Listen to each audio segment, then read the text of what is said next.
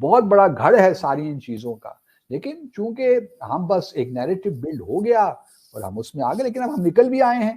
تو یہ تو بہت سے ممالک ہیں، ترکی ہے، ترکیے ہے، یو اے ای ہے، بڑے بڑے نام ہیں جو کہ ایف اے ٹی ایف کی گرے لسٹ میں آئے، لیکن وہ ہمارے رولز اینڈ پروسیجرز میں ٹھیک نہیں ہوں گے. اب ہم نے ٹھیک کر لی ہیں تو ہم باہر بھی آ گئے ہیں، تو یہ کچھ سر نہیں ہم بڑی بات. کئی بار گئے ہیں اور کئی بار باہر آئے، لیکن سر اگر ہم کسی کے ساتھ ہم تھانے میں بند ہو جائیں اور ہمارے ساتھ کوئی بڑا لیڈر بھی ہو تو یہ ہمارے لیے کوئی فخر کی بات تو نہیں ہوگی کہ جی نہیں وہ بھی تو فخر بند تھا تو ہم بھی بند ہو گئے. نہیں، فخر کی بات نہیں ہے، لیکن میں مان رہا ہوں کہ ہمارے لوپ ہولز تھے، ہمارے گیپس تھے ہمارے پروسیجرز میں یا ہمارے قوانین میں، وہ ہم نے اب ٹھیک کر لی ہیں. تو ہمیں انہوں نے کہہ دیا کہ جی بس آپ ٹھیک ہے، گرے لسٹ سے نکل گئے آپ.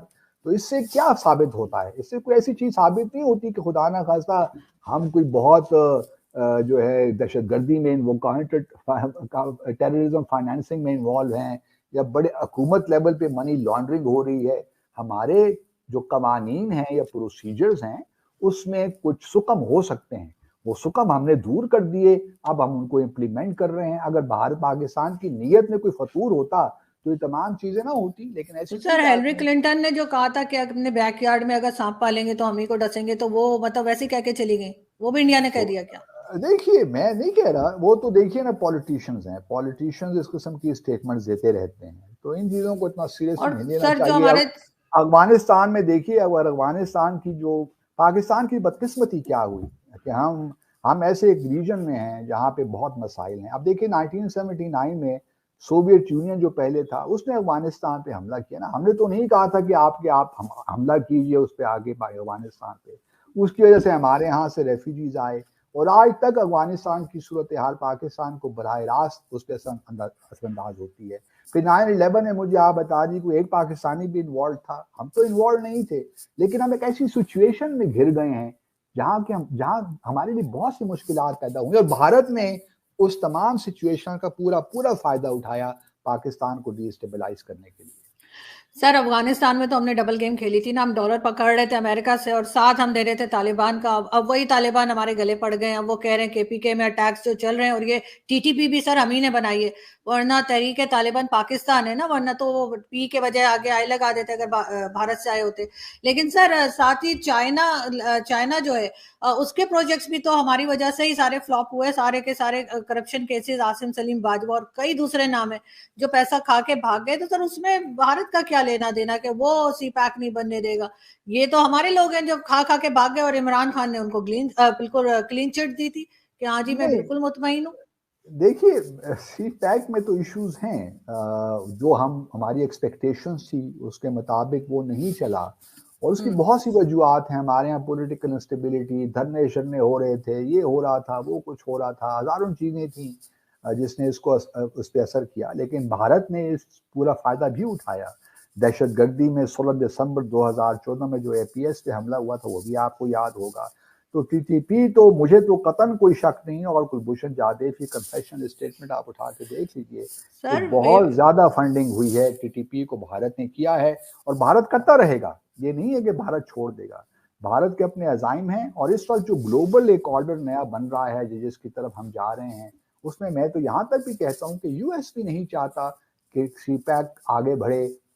پاکستان چائنا کے تعلقات اسٹریٹجک نوعیت کے ہوں. بہت بڑی گیم ہو رہی ہے، ہمیں اپنے آپ کو صحیح پوزیشن میں لانا ہے تاکہ ہم بھی صحیح معنوں میں صحیح سفارت کاری کر کے اپنے انٹرسٹ کو پریزرو کریں، پروموٹ کریں. یہ ہمارے لیے ایک بہت بڑا چیلنج ہے اس وقت. لیکن سر پشاور اسکول پہ اٹیک بھارت نے نہیں کیا تھا، احسان اللہ احسان نے کیا تھا، اس نے مانا بھی تھا، اور ہماری ایجنسیز کے پاس وہ تھا. ہماری ایجنسیز نے اس کو پوری فیملی سمیت باہر نکال دیا جہاں پہ وہ آرام سکون سے رہ رہا ہے. ایسا نہیں ہے کہ اس کو بھارت والے نکال کے لے گئے. سر ہر چیز نہیں ہماری، سر سب سے بڑی پرابلم یہ ہے ہم اپنی غلطیاں مانتے ہی نہیں ہیں، ہم ہر چیز کہتے ہیں کسی اور نے کر دی. میں تو اپنی غلطیاں مان رہا ہوں بحیثیت قوم، ہم نے بہت غلطیاں کی ہیں. میں تو یہ پہلی شروع ہی میں نے کہا ہے کہ ہمارے یہاں بہت سے پرابلمز ہیں. ہمارے یہاں پولیٹیکل اسٹیبلٹی نہیں آ سکی، ہم نے اکنامک میس اپنے لیے کریٹ کیا ہے، اور یہ اسپیس دی ہے بھارت کو کہ وہ اس کو ایکسپلائٹ کرے. تو یہ ہم سے غلطیاں ڈیفینیٹلی ہوئی ہیں. میں تو یہ نہیں کہہ رہا، ہر ملک سے ہوتی ہیں، ہر ریاست میں ہوتی ہیں، لیکن اب ہمیں اپنی غلطیوں سے سیکھنا چاہیے. اصل بات یہ ہے کہ ہم نے کیا اپنی غلطیوں سے سیکھا ہے کہ نہیں. یہ ایک فلسافیکل کوسچن ہے کہ ہم اب آگے کس طرح بڑھنا چاہتے ہیں. لیکن اگر آپ مجھے یہ کہیں کہ ہماری غلطیوں کا نتیجہ یہ نکلنا چاہیے کہ ہم جموں اور کشمیر کے تنازع کو بھول جائیں، بھارت کے سامنے جھک کر ہم اس کو بھلی تسلیم کر لیں اس خطے کا، اور ہم اپنے نیوکلیئر ویپنز گیو اپ کر دیں، ہم اپنے آرم فورسز کو ویکن کر دیں، تو مجھے نہیں لگتا کہ یہ میرا جواب یہ ہوگا. آپ کو ممکن ہے کہ آپ اس طرح سوچتی ہوں، وہ آپ کا حق ہے، you are entitled to your views, لیکن میں چیزوں کو مختلف زاویے سے دیکھ رہا ہوں. سر بہرحال یہ بھارت دشمنی جو ہے لوگوں کو سکھا سکھا کے اور یہی چورن بیچ کے ہم نے اپنی یہ حالت کر لی ہے کہ اب ہمارے نیوکلیئر ایسٹس بھی جو ہیں وہ بھی تقریباً اس جگہ پہنچ گئے کہ لگتا ہے کہ شاید سعودی عرب کوئی نہ کوئی نہیں خرید لے دیکھیں، گا. پیسہ بالکل یہ نہیں ہے بھی اب ایک ہمارے پاس. یہ بھی ایک نیریٹو ہے، اس کو بھی میں تھوڑی سی تصحیح کر دوں. میں جو سمجھتا ہوں، ممکن ہے آپ میری بات سے اتفاق نہ کریں، میں یہ بالکل نہیں سمجھتا کہ ہماری جو پرابلمز ہیں یا ہماری جو اکنامک ڈیفیکلٹیز ہیں وہ بھارت کی وجہ سے ہیں یا بھارت کے ساتھ ہماری دشمنی کی وجہ سے ہیں. وہ ایک فیکٹر ضرور ہو سکتا ہے، میں اس کو بالکل رول آؤٹ بھی نہیں کرتا، لیکن ہمارے اندر کے ایشو زیادہ ہیں، خاص طور پہ جو پولیٹیکل ہمارے ہاں ایک بے یقینی کی صورتحال رہتی ہے. ہم نے سویلین انسٹیٹیوشنز اسٹرینتھن نہیں کیے، جیسے آپ نے شروع میں کہا، ہم نے تعلیم پہ وہ ایمفیسس نہیں ڈالا، ہم نے سوشل پروگرام اس طرح نہیں کیے، ہم نے سویلین انسٹیٹیوشنز اسٹرینتھن نہیں کیے. وہ ہماری خرابیاں ضرور ہیں. یہ بھارت کے ساتھ دیکھیے نا، ہم 65 میں بھی فار دیٹ میٹر ہمارے بھارت کے ساتھ تو دشمنی تھی، ہاسٹیلیٹی تھی، لیکن ہم 90s تک بھارت سے بہت آگے تھے اکنامکلی. ہم اکنامکلی بھارت سے بہت آگے تھے، ہم آج بھی بھارت سے بہت آگے نکل سکتے ہیں. اگر آپ دیکھیے پر کیپٹا انکم جو ہے ہمارے درمیان، ٹھیک ہے وہ 3.5 ٹریلین کی اکانومی ہے، لیکن اس طرف چائنا جو ہے وہ 20 ٹریلین ڈالر کی اکانومی ہے. تو کیا بھارت کو آپ یہ مشورہ دیں گے کہ جی آپ بس تمام لائن آف ایکچوئل کنٹرول کو بھول جائیں اور چائنا کے ساتھ تعلقات ٹھیک کریں؟ آپ کیوں